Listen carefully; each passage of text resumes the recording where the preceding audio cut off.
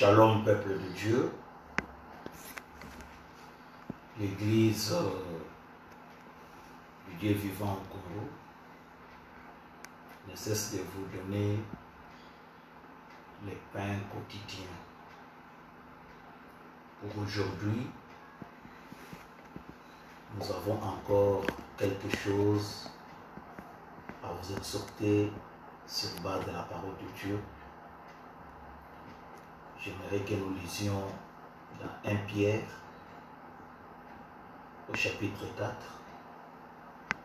le verset 7. On va aller jusqu'au verset 11. Je vais lire au nom du Seigneur. La fin de toute chose est proche. Soyons donc sages et sobres pour vaquer à la prière. Avant tout, ayez les uns pour les autres une ardente charité, car la charité couvre une multitude de péchés.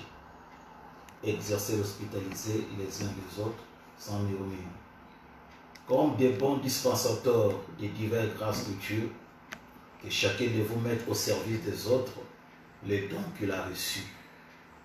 Si quelqu'un parle, que ce soit comme annonçant les oracles de Dieu, et si quelqu'un remplit un ministère, qu'il est rempli selon la force que Dieu communique, afin qu'en toute chose, Dieu soit glorifié par Jésus-Christ, à qui appartient la gloire, la puissance, au siècle des siècles. Amen. À bas de cela, nous allons dire un mot de prière. Nous bénissons notre Dieu qui nous a donné la vie et qui nous a donné l'occasion de dire encore quelque chose au peuple de Dieu. Bénis ta parole sacrée. Bénis tous ceux qui vont l'écouter. Au nom de Jésus-Christ, qui est notre Seigneur et le Sauveur, nous avons ainsi prié. Amen. Une fois de plus, nous bénissons le peuple de Dieu partout où ils peuvent se retrouver. Alors pour ce soir, pendant le temps qui nous est imparti, nous allons exhorter sur ce verset. S'il y a un résumé que nous pouvons donner, nous pouvons l'intituler comme ceci: le voix de Dieu dans des temps particuliers. Dieu a ses voix dans des temps tout à fait particuliers. Et je peux vous dire que nous sommes en train de vivre des temps très très particuliers. Et personne ne peut contester cela. Tu n'as pas besoin qu'on puisse te les rencontrer. Chacun de nous peut en témoigner. Les temps difficiles que nous traversons, la Bible l'appelle, ce sont des temps de la fin. Le temps va vers sa fin, mes frères et sœurs. Tout va vers sa fin. Même la grâce que l'Église a reçue, cette grâce va prendre fin chez les nations que nous sommes. Les nations n'ont bénéficié que de cet état de l'Église. Et nous sommes arrivés à la fin. Toutes les prophéties bibliques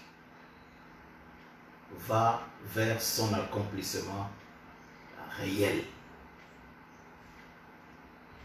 Rien n'empêche qu'aujourd'hui, que le Seigneur puisse revenir.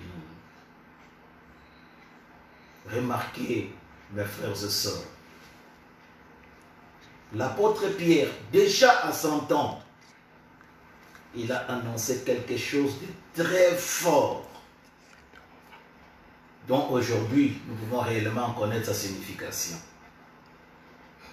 Il a annoncé quelque chose de très capital. Il a annoncé cela sans hésitation, ni même une doute. Déjà à son temps, l'apôtre Paul pouvait dire, l'apôtre Pierre, s'il vous plaît, pouvait dire, la fin de toutes choses est proche.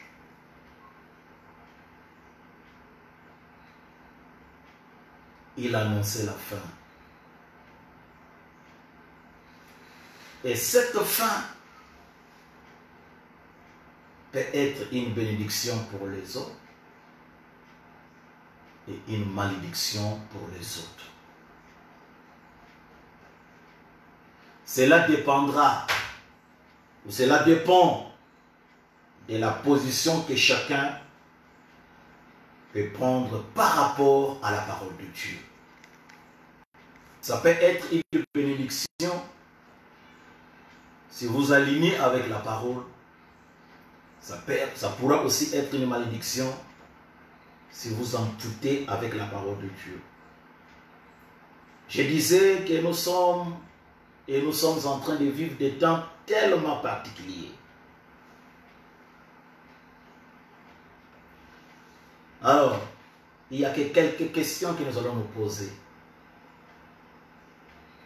Pendant ces temps particuliers,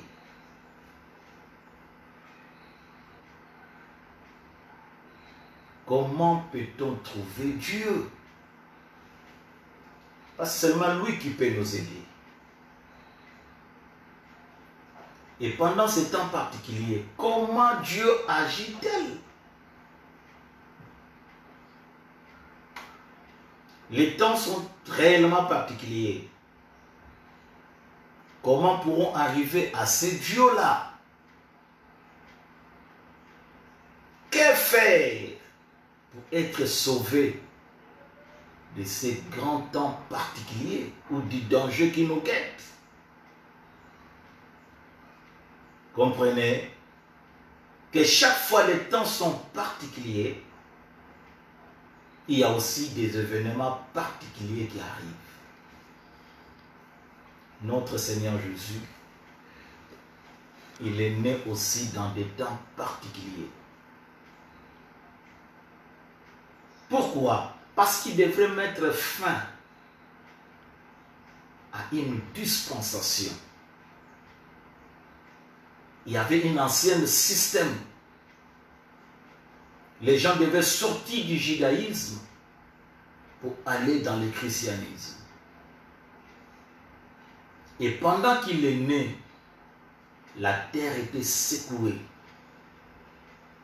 Cela a provoqué la mort de beaucoup de gens. Il fallait que les gens meurent parce qu'il y a un système qui devait changer. Les gens sont morts. Parce qu'il y a une loi qui a été décrétée. Les petits-enfants devraient mourir. Moïse également, pendant sa naissance, il est né aussi dans des temps particuliers. Parce que l'exode devait commencer par lui. Faire sortir ses peuples. Faire sortir les peuples de Dieu pour les amener quelque part. Et comme l'exode devait commencer par lui, il y avait aussi un changement de système. Et ce changement de système a amené aussi les gens à mourir sur la terre.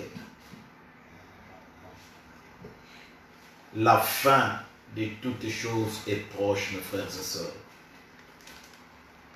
Comprenez, quand on parle de la fin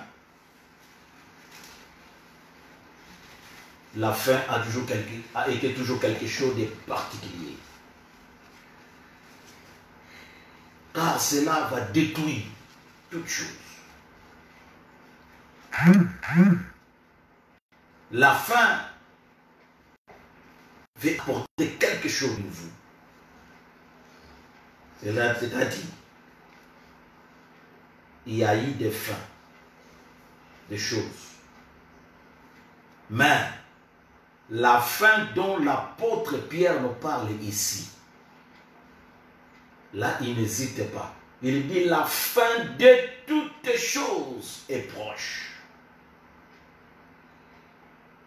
Cela veut dire, il y a eu des fins dans le passé. Mais Pierre parle de la fin de toutes choses. Cela veut dire, après la fin dont l'apôtre Pierre est en train de parler, il n'y aura plus rien. Raison pour laquelle Paul nous avertit dans Romains 13. Il dit dans Romains au chapitre 13, le verset 11. Romains chapitre 13, le verset 11. L'apôtre dit, cela importe d'autant plus que vous savez à quelle heure nous sommes. Nous devons comprendre, mes frères et sœurs, l'heure dans laquelle nous vivons. Vous devez savoir l'heure à laquelle nous sommes, dit l'apôtre Paul.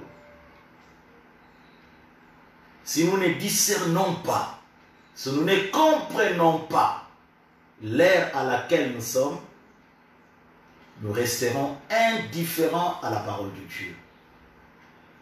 C'est pourquoi l'apôtre dit, c'est l'heure de vous réveiller.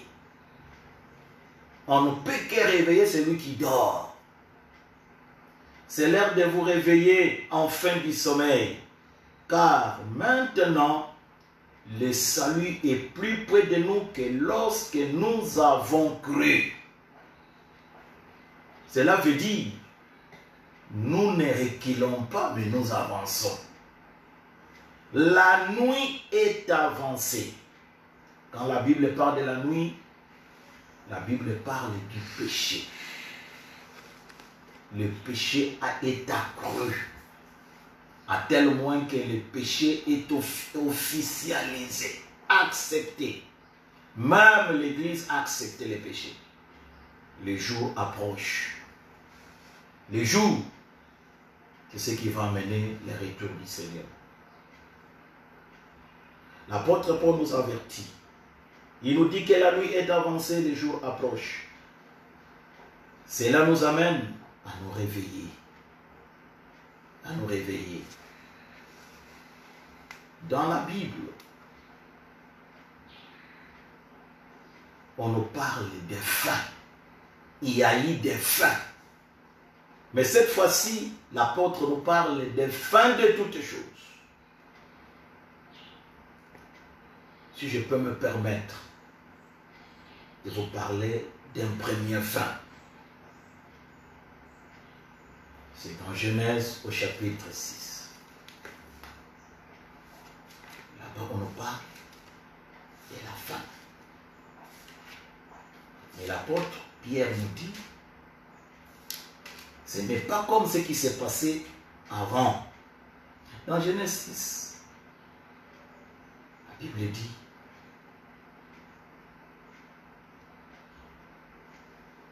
au verset 11, la terre était corrompue devant Dieu, la terre était pleine de violence. Dieu regarda la terre et voici, elle était corrompue, car toute chair corrompue. Sa voix sur la terre, Dieu dit à Noé, la fin de toute chair est arrêtée par devers moi, car ils ont rempli la terre de violence. Et voici, je vais détruire avec la terre.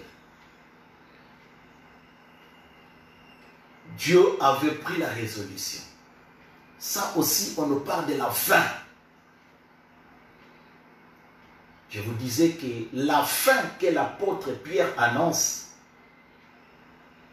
il dit c'est la fin de toutes choses. Cela veut dire, après cela, il n'y aura plus rien. Mais il y a eu des fins. Comme ce que nous venons de lire ici. Dieu a vu le créateur de l'humanité. À l'époque, aussi les gens avaient bonne mémoire de comprendre qu'il y a eu quand même des fins.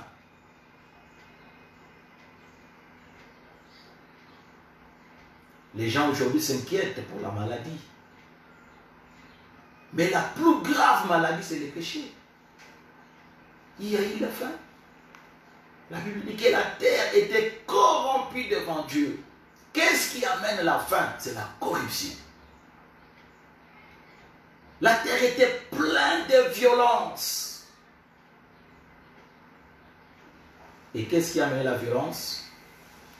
C'est parce que les gens n'ont pas pris une bonne position devant la parole du Seigneur. Alors qu'est-ce qui s'est passé dans Genèse 6?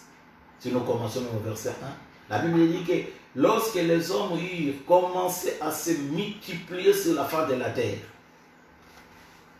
premier indice, c'était la multiplication des gens. La terre était peuplée. Comme aujourd'hui, nous sommes peuplés.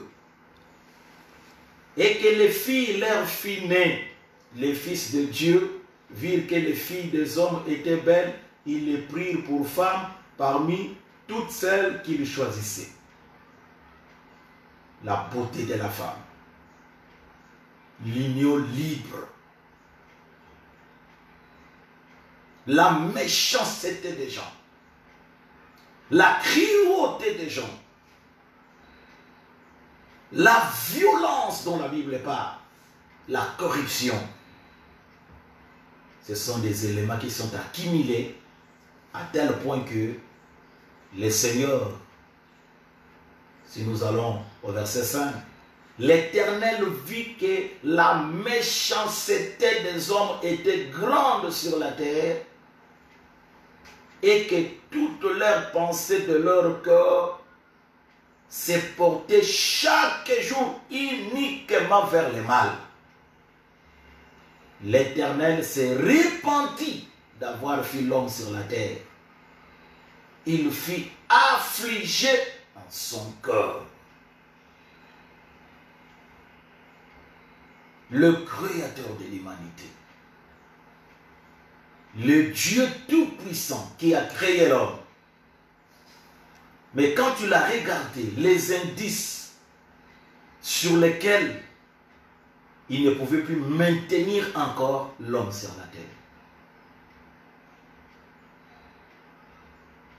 La méchanceté des gens. Les gens sont devenus méchants vis-à-vis de Dieu, vis-à-vis de leurs prochains. Et que la terre, les pensées des gens, de leur cœur, la Bible dit qu'ils se tournaient uniquement vers le mal. Donc aujourd'hui, ou à ce temps-là, il y a eu tellement de violence, la cruauté, ils ont rejeté le Créateur, ils ont rejeté la parole de Dieu, les gens menaient leur vie comme bon les semble, mais le Créateur se décida.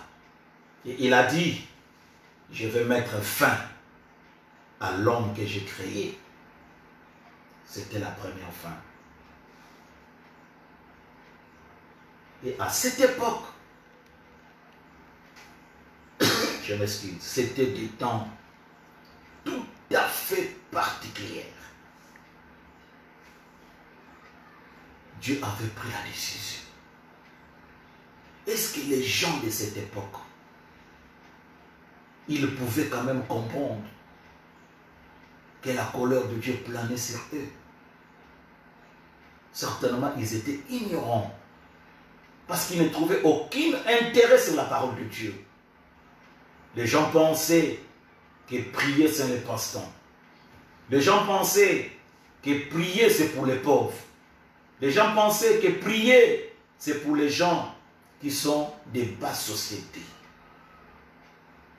Mais ils ont oublié que le Créateur avait déjà des décisions sur l'homme qui s'est corrompu. Et Dieu avait pris une décision grave, une décision sévère de mettre fin avec cette époque-là. Il a dit, comme la terre est pleine de violence, alors qu'est-ce que je dois faire? Dieu regarda la terre et voici, elle était corrompue. Et toute chair avait été corrompue à sa voix sur la terre. Dieu dit à Noé, la fin de la chair est arrêtée par divers mois. Dieu avait pris la décision et il en a annoncé à son prophète. Il a dit, la fin est maintenant proclamée. Parce que la terre était corrompue. L'homme est devenu très corrompu, insensible. Ils ont rejeté la voix du Seigneur. Les gens sont devenus insensibles, crêpes, emportés. Le vrai n'est pas accepté. Le mal devient le bien. Ne voyons pas passer aujourd'hui. Qu'est-ce qui est loué sur la terre? Les gens ne louent que le mal. Les gens ne voient que le mal. Dieu décida, à cette époque-là, dont je parle première fois, Dieu décida d'exterminer l'homme sur la terre. Il en a pris la décision. Il dit, je vais effacer l'homme sur la terre. Et à cette époque-là, c'était aussi des temps particuliers. C'était des temps tellement particuliers. Mais comme Dieu est juste, il ne peut pas frapper le juste et le méchant. La Bible dit, Noé trouvait grâce aux yeux de l'Éternel. Nous devons profiter pendant que la grâce est encore là. Noé a trouvé grâce. Dans des temps particuliers, Noé avait trouvé grâce aux yeux de l'Éternel. Je disais tantôt que nous allons vers la fin de la grâce. Mais la grâce est encore là pour nous. Nous pouvons en bénéficier comme Noé en a bénéficié. La même grâce que Noé a trouvée, tu peux le trouver à travers la parole de Dieu. Parce que Dieu connaît le cœur de chacun de nous. Dieu connaît à quoi il a destiné chacun de nous. La Bible dit, parce que Noé était intègre dans son temps, Noé marchait avec Dieu. Parce qu'il était intègre. Il pouvait être attentif à la voix de Dieu. Il n'était pas comme les autres. Bien que la génération était corrompue, mais Noé était intègre.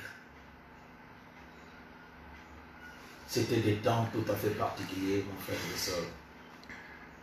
Mais il y avait quand même la voix de Dieu. Noé a trouvé grâce. Dieu a envoyé un homme à ce temps-là pour avertir les autres. En fait, qu'ils trouvent une issue de refuge. Il y a une voix qui était élevée à ce temps-là. Pour leur dire, Dieu a décidé d'exercer son jugement sur la terre. Mais du moins, il y a quand même une issue d'échappatoire. Où les gens peuvent fuir le jugement de Dieu. Mais combien l'ont écouté? Combien ont obéi à la parole de cet homme? Certainement à son époque, on l'a trouvé comme un fou, comme un insensé, comme quelqu'un qui a perdu la tête. Mais ce que Dieu avait jugé personne ne pouvait l'arrêter. Parce que Dieu avait pris déjà la décision. Quitte à celui qui écoute l'avertissement de chercher les voies et moyens pour s'en sortir.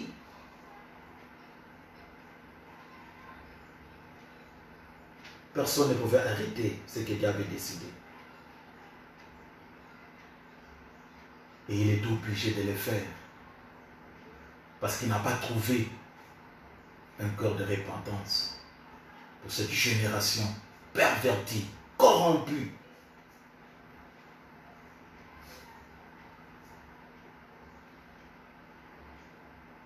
Et la Bible dit, dans Amos au chapitre 3, verset 8, il est dit, quand le lion rugit, qui ne ferait pas attention. Et chaque fois que Dieu se présente dans la Bible comme un lion, sachez qu'il vient pour le jugement. Et si Dieu porte son jugement sur la terre, qui ne ferait pas attention? Comprenez, mes frères et sœurs, que nous vivons des temps particuliers. Et les hommes se retrouvent devant des événements particuliers. Et la question que nous pouvons nous demander, que faut-il faire? Que faut-il faire? Oh, si les gens pouvaient s'en souvenir. Aujourd'hui, les gens chantent. Noé, ouvre-nous la porte, nous allons rentrer. Est-ce qu'ils peuvent quand même s'en souvenir? Qu'est-ce qui s'est passé à cette époque? Mais il y a eu une fin à cette époque-là. Mais l'homme a une mémoire courte. Malgré qu'il y a eu la fin, il a été exterminé. Mais l'homme n'a pas pu avoir à comprendre cette leçon-là. Et nous nous retrouvons devant des événements particuliers. Que faut-il faire, mes frères et sœurs? La seule réponse que je peux vous donner, cherchons les voies de Dieu. Cherchons la volonté de Dieu. Parce que Dieu agit selon sa parole. Dieu n'agit pas dehors de sa parole. Dieu agit selon sa parole. Je peux me permettre de vous lire dans Psaume. Dans Psaume, je peux lire dans Psaume 135. Dans Psaume 135, je prends un verset, le verset 6. La Bible dit, tout ce que l'Éternel veut, il le fait. Dans le ciel et sur la terre, dans les mers et dans tous les abîmes. C'est-à-dire, quand Dieu prend une décision, la Bible dit, tout ce que l'Éternel veut, s'il veut t'épargner, aucun démon ne peut te bousculer. S'il veut te bénir, aucun marabout ne peut te bloquer. S'il veut t'élever, aucun sorcier ne peut arrêter cette bénédiction. Donc ce que l'Éternel veut, il le fait. Et s'il décide d'arrêter avec l'homme, s'il décide de détruire l'homme, Dieu le fera. Parce qu'il a promis. Il a dit, la fin de toutes choses approche. Ce que Dieu veut, il le fait sur la terre. Il n'y a nulle part où nous pouvons nous cacher pour fuir à la décision de Dieu.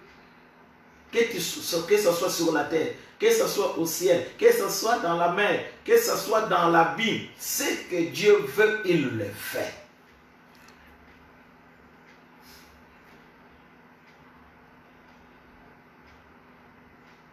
Raison pour laquelle, mes frères et sœurs, nous devons prendre conscience. Prendre conscience en nous-mêmes. Pour que nous comprenions qu'il y a quelqu'un qui a fait ce monde. Et l'auteur de cela, c'est Dieu lui-même. Je crois que c'est dans Ésaïe 40, je peux les lire.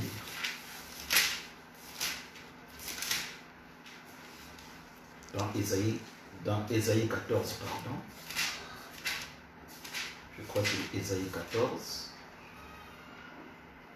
le verset... Ésaïe 14, le verset 24. Écoutez.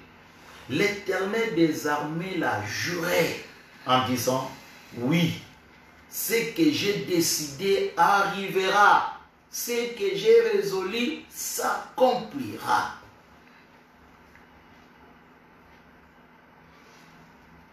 Oui, ce que Dieu a décidé va arriver.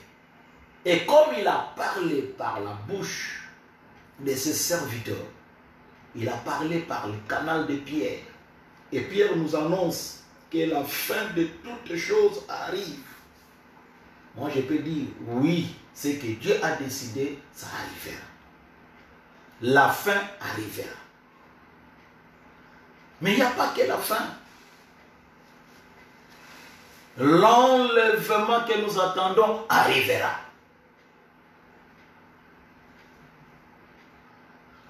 Ce que Dieu a décidé arrivera.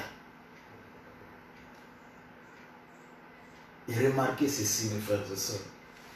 Quand le temps particulier arrive, ce que le Seigneur a résolu arrivera. Et aujourd'hui, personne ne peut faire remarquer à son frère des temps particuliers. Nous sommes dans des temps particuliers. Et personne ne peut modifier cela. Mais le problème, que faire, mes frères et sœurs? Que faire? Cherchons le voie de Dieu.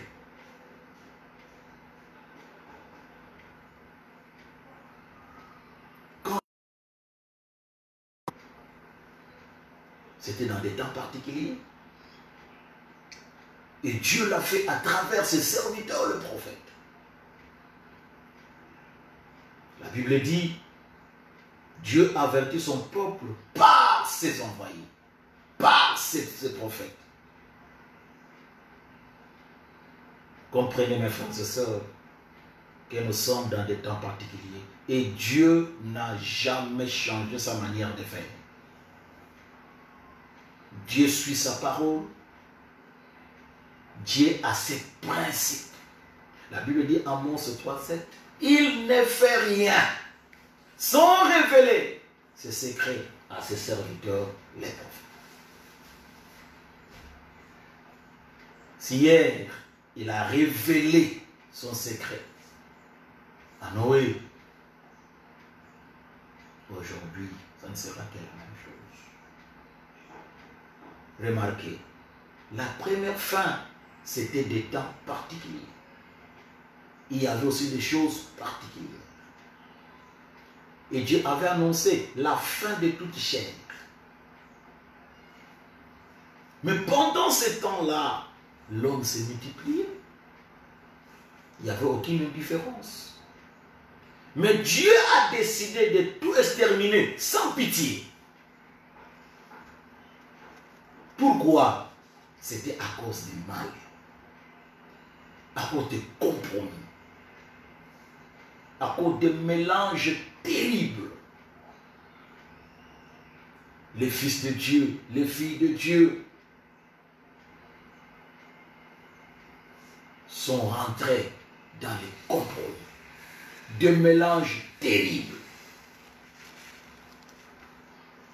Ce qui attira la colère de Dieu à ces temps-là, n'est-ce pas les mêmes choses qui attirent la colère de Dieu aujourd'hui et qui attirera la colère de Dieu aujourd'hui?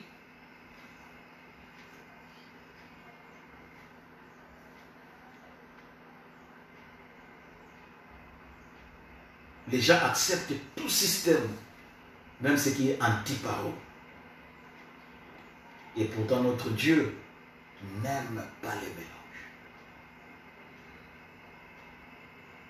Aujourd'hui, le diable est venu au nom de l'amour fraternel, au nom de la communion fraternelle, pour amener les gens dans un système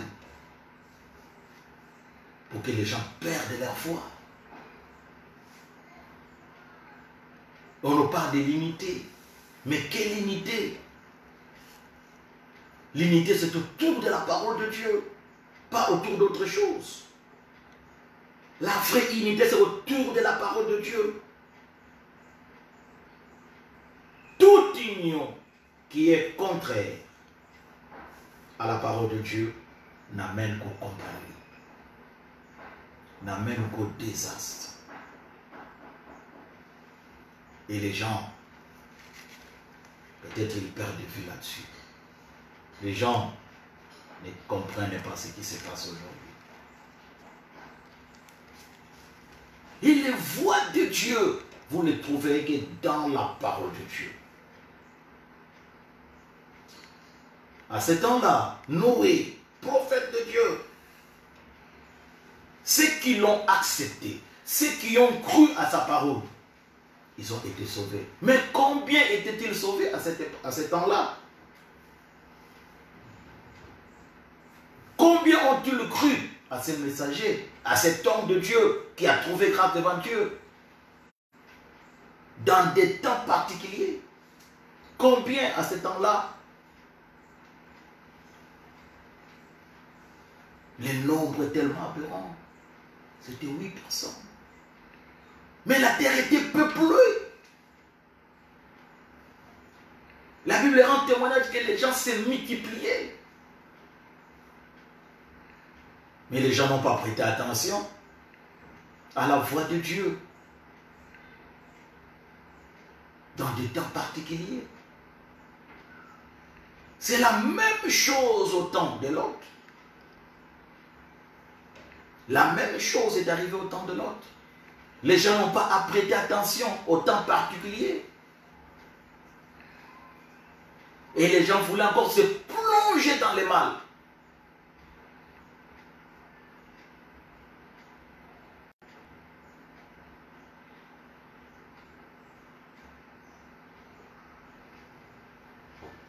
Raison pour laquelle, mes frères et sœurs, comprenez que notre défense n'est pas l'Église. Car l'Église ne sauvera personne. Notre défense n'est pas un pasteur. Il n'y a aucun pasteur qui va sauver l'autre. Mais notre défense est la parole de Dieu. Il faut connaître la voix de Dieu dans des temps comme celle-ci. Ce sont des temps pour lesquels nous devons être sérieux.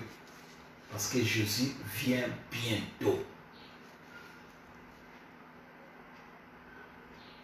Et lors de sa première venue, qu'est-ce qui s'est passé? Dieu a envoyé un précurseur. C'était Jean-Baptiste. Et la voix de Dieu n'était plus au temple.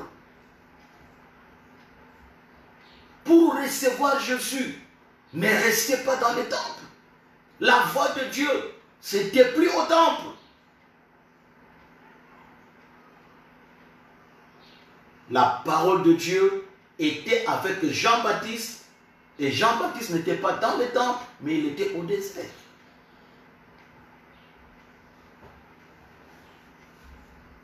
Il n'était plus dans le temple, il était au désert.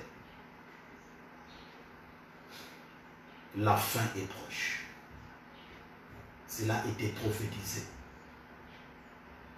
Remarquez, depuis que la terre existe, il n'y a jamais eu un temps où il y a trop de tremblements de terre, trop d'événements surnaturels, bizarres, que dans ce temps où nous vivons. La Bible a prophétisé dans Matthieu 24. Des guerres. Nous les voyons, ce n'est pas de l'histoire. Des famines, des troubles, des instabilités sociales. Ceci, ce sont des temps très particuliers. Et aujourd'hui, on nous parle d'une maladie étrange. Nous avons besoin de connaître les voies de Dieu. Dieu a envoyé un prophète dans cet âge avec un message pour nous préparer. Nous sommes appelés à connaître la voie de Dieu dans les temps dans lesquels nous sommes. Parce que la voie de Dieu va nous amener à nous réveiller, à impacter la vie de chacun de nous, pour que nous ne puissions pas demeurer dans l'ignorance. Au temps d'Élie, c'est aussi un temps particulier. À cause de la grande confusion qui régnait en Israël, le peuple était rentré dans l'idolâtrie. Il ne savait que faire. Et comme Dieu n'aime pas les mélanges, il n'aime pas l'idolâtrie, alors Dieu a dit à Élie, va dire à ses peuples, pourquoi clochez-vous des deux côtés? Tu veux choisir. Peuple, le temps est arrivé. Tout ce qui se passe doit amener chacun à avoir une bonne position par rapport à la parole de Dieu. Pourquoi clochez-vous des deux côtés? Choisissez qui vous voulez servir. Si vous voulez Dieu, passez de l'autre côté. Si vous voulez le monde, passez de l'autre côté. Vous voulez tromper qui? Mais les peuples ne l'ont pas cru. Akab ne l'a pas cru. Ils ont dit, c'est toi qui troubles. Aujourd'hui, ils pensent que les gens qui troublent, c'est des gens qui prient. Non. Ils ont dit, allons au mont Carmel. Allons au mont Carmel. Que chacun puisse réellement faire voir aux gens de quel côté Dieu est. La voix de Dieu est de quel côté. Akab, type du diable, il a rassemblé tous ces faux prophètes pour aller combattre la bonne chose. Et il les a rassemblés dans un grand mouvement qui était anti-parole pour combattre la vérité.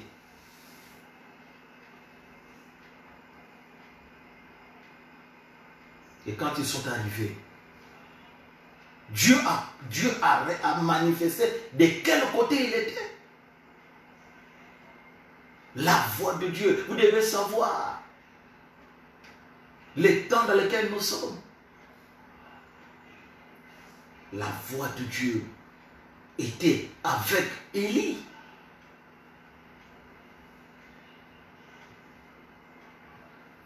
Ils sont allés prier. Ils pensaient être dans le droit chemin. Ils pensaient être la volonté parfaite de Dieu. Mais en réalité, ils étaient loin de la volonté de Dieu. Et qu'est-ce qui s'est passé? Parce que les défis étaient immenses et grands. Ils devaient savoir de quel côté Dieu est.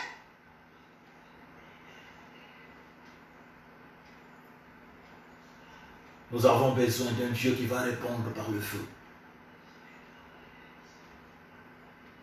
Ils ont prié. Tous ces faux prophètes ont prié, prophétisé. Mais il n'y a pas eu le feu. C'était des temps particuliers. Parce que c'était un grand défi. Il faut que les gens voient qui a Dieu et qui n'a pas Dieu. Alors que s'est-il passé? Finalement, il commence à se moquer de ces gens. Après, le feu n'est pas descendu jusqu'au soir. Mais au temps du soir, la vraie parole est venue pour faire la différence avec ce que les hommes ont prétendu prêcher. Et la parole que nous avions, c'est une parole qui doit nous libérer des coutumes, doit nous libérer de la mondanité. Ça doit nous libérer de tout ce qui est contraire à la parole de Dieu.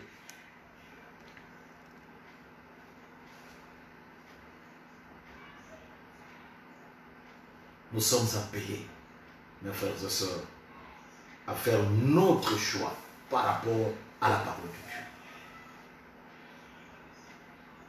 Dieu est en train de lancer son dernier appel. Et il le lance par sa parole. Ne négligez pas la parole que vous recevez, que vous avez reçue. Ce que vous avez écouté dès le commencement, nous sommes appelés à les garder. Parce que cette fois-ci, ça ne sera pas seulement comme au temps de Noé. Cette fois-ci, ça sera la fin de toute chose, de tout système. Ça sera la fin de tout. Mais avant que cette fin-là arrive, Dieu a promis que je m'en vais pour préparer une place. Et nous attendons cela. Et je sais que l'un de ces 4 matins, le peuple descendra. Que le Seigneur vous bénisse.